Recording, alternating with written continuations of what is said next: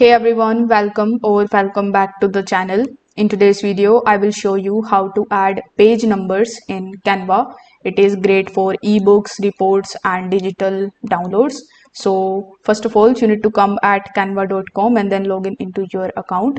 Afterwards, you need to open your document with multiple pages like a workbook, presentation or PDF. Let's say I click on the presentation option, so it will just open the presentation template in front of me. Now you need to hover over to the left hand section and click on the designs. Over here you will see a bunch of different presentation designs. Let's say I have selected this one, so it has 10 pages. So click on the apply all 10 pages and all of your presentation templates will be here.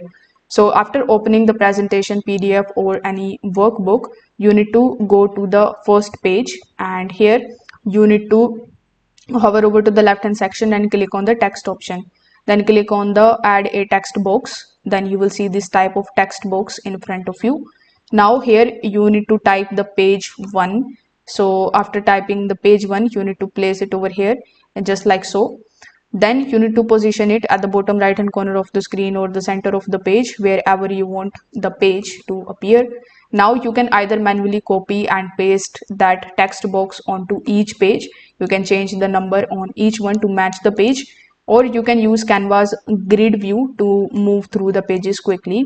You can use a position tool for the alignment, and you can align it to the center, bottom or to the edge of the for more consistency. So you can change its font style or anything that match to your layout. And once you are done with it, simply click on the share option in the top right hand corner, go to downloads, and you can download that particular template in the form of PDF. If this video helped you out, consider subscribing to the channel and liking the video.